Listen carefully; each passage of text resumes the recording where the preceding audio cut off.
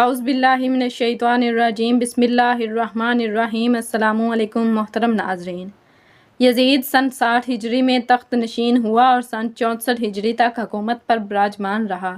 عام مورخین نے یزید کو ایک شراب خور، بندروں سے کھیلنے والا اور اسلامی احکامات کی نسبت بے اعتنا قرار دیا ہے۔ تاریخ میں وارد ہوا ہے کہ عبداللہ بن حنظلہ اور اہل مدینہ کی ایک جماعت نے یزید کے طرز زندگی سے آگاہی کی غرض سے دمشق کا سفر کیا۔ انہوں نے مدینہ واپسی پر یزید کے بارے میں کہا کہ ہم ایک ایسے شخص کے پاس گئے تھے جو بے دین ہے، شراب خور ہے، تنبور بجاتا ہے، موسیقار اس کے پاس لہو و لعب میں مشغول رہتے ہیں اور وہ کتوں کے ساتھ کھیلتا ہے۔ عبداللہ بن حنظلہ نے مزید کہا، خدا کی قسم ہم یزید کے پاس سے اس حال میں باہر نکلے کہ ہمیں آسمان سے پتھر برسنے کا خوف تھا۔ مسعودی بھی یزیدی کے بارے میں لکھتا ہے، اس کی زندگی فرعون کی مثل تھی، بلکہ اس سے بھی بدتر تھی۔ بعض مصنفین کے مطابق یزید دیہات میں اپنی دایا کے پاس پروان چڑھا اور اس کے ننھیال قبول اسلام سے پہلے عیسائی تھے اور ابھی تک مسیحی عادات و اطوار ان میں باقی تھیں، لہٰذا یزید کی تربیت عیسائیوں کے طریقے پر ہوئی تھی۔ یزید نے اپنے 3-4 سالہ دور حکومت میں انتہائی بھیانک جرائم کا ارتکاب کیا۔ یزید کا سب سے بڑا جرم امام حسین علیہ السلام اور آپ علیہ السلام کے 72 باوفا ساتھیوں کو شہید کرنا ہے۔ تاریخوں میں منقول ہے، یزید نے اپنی حکومت کے آغاز میں مدینے کے والی عتبہ کو ایک خط لکھا اور اسے حکم دیا کہ امام حسین علیہ السلام اور دیگر شخصیات سے بیعت لے۔ یزید نے اس خط میں حکم دیا کہ اگر یہ لوگ بیعت نہ کریں تو ان کے سر قلم کر کے میرے پاس بھیجو۔ یزید کا دوسرا گھناؤنا کام مدینہ شہر پر حملہ ہے۔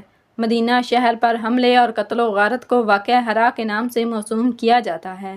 اس سال یزید نے 5000 شامیوں کو مسلم بن عقبہ کی قیادت میں مدینہ روانہ کیا۔ مسلم نے مدینہ پر حملہ کر کے واقعہ ہرا کا ارتکاب کیا۔ اس سانے میں بہت سے لوگ قتل کر دیے گئے۔ اس نے اپنے آدمیوں کو 3 دن کے لیے کھلی چھٹی دے دی کہ وہ مدینہ میں جو مرضی کریں۔ دینوری لکھتے ہیں کہ واقعہ ہرا میں اس کے لگ بھگ صحابہ کرام کو قتل کیا گیا۔ مہاجرین و انصار میں سے 700 اور باقی مسلمانوں میں سے 10,000 افراد کام آئے۔ اس کا ایک اور جرم مکہ شہر پر حملہ اور کعبہ پر سنگ باری ہے۔ مسلم بن عقبہ واقعہ ہرا کے بعد ابن زبیر کے ساتھ لڑائی کی غرض سے مکہ کی طرف روانہ ہوا، مگر راستے میں ہی ہلاک ہو گیا۔ اس کے بعد حسین بن نمیر کو لشکر یزید کا سپہ سالار مقرر کیا گیا۔ شام کے سپاہیوں نے مکے کا محاصرہ کیا اور منجنیق سے اس شہر پر حملہ کیا۔ حرم کو آگ لگا دی۔ اس واقعے میں خانہ کعبہ منہدم ہو گیا اور لوگوں کے بہت سے گھر نذر آتش ہو گئے، اور سن 64 ہجری میں یزید کی ہلاکت کی خبر مشہور ہونے کے بعد سپاہی شام واپس آ گئے۔ ابن کثیر اور ابن تمیمہ لکھتے ہیں کہ 14 ربیع الاول سن 64 ہجری کو اس کی ہلاکت کا دن ہے۔ تبری لکھتے ہیں یزید 15 ربیع الاول سن 64 کو جمعرات کے دن مرا۔ اس کی موت کی علت کے بارے میں نقل ہوا ہے کہ وہ ایک بیماری کے باعث حوران میں ہلاک ہوا۔ ابن کثیر لکھتے ہیں کہ وہ ناگہانی موت کا شکار ہوا، رات کو مستی کی حالت میں سویا تو صبح مردہ پایا گیا اور اس کی لاش خراب ہو چکی تھی۔ منقول ہے کہ اس کا جنازہ دمشق میں لایا گیا اور اسے باب صغیر میں دفن کیا گیا اور اس کی قبر اس وقت کوڑے کے ڈھیر میں بدل چکی ہے۔ ایک روایت تو یہ ہے کہ سن 64 ہجری کو جمعرات کے دن دنیا فانی سے مٹ گیا۔ یزید رات کو مستی کی حالت میں سویا ہوا تھا۔ جب صبح ہوئی تو اس کی موت ہو چکی تھی۔ جب اس کی موت ہوئی تھی تو اس وقت ایک خیمہ میں تھا۔ گدھ اس کے خیمے میں داخل ہوئے۔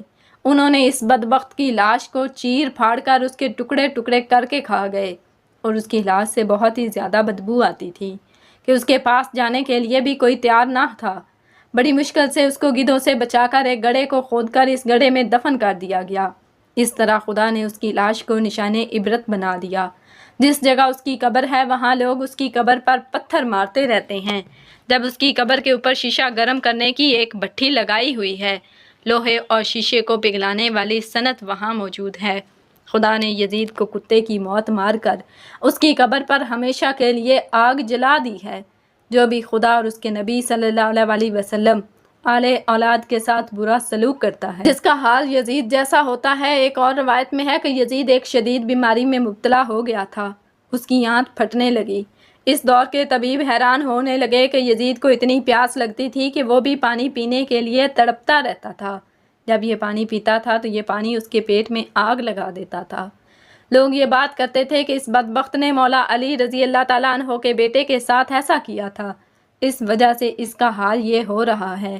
ابو سید خضری سے مروی ہے کہ رسول اللہ صلی اللہ علیہ وسلم نے فرمایا ہے کہ اس ذات کی قسم جس کے قبضے میں میری جان ہے، جو اہل بیت سے بغض رکھے گا خدا اس کو جہنم میں داخل کرے گا۔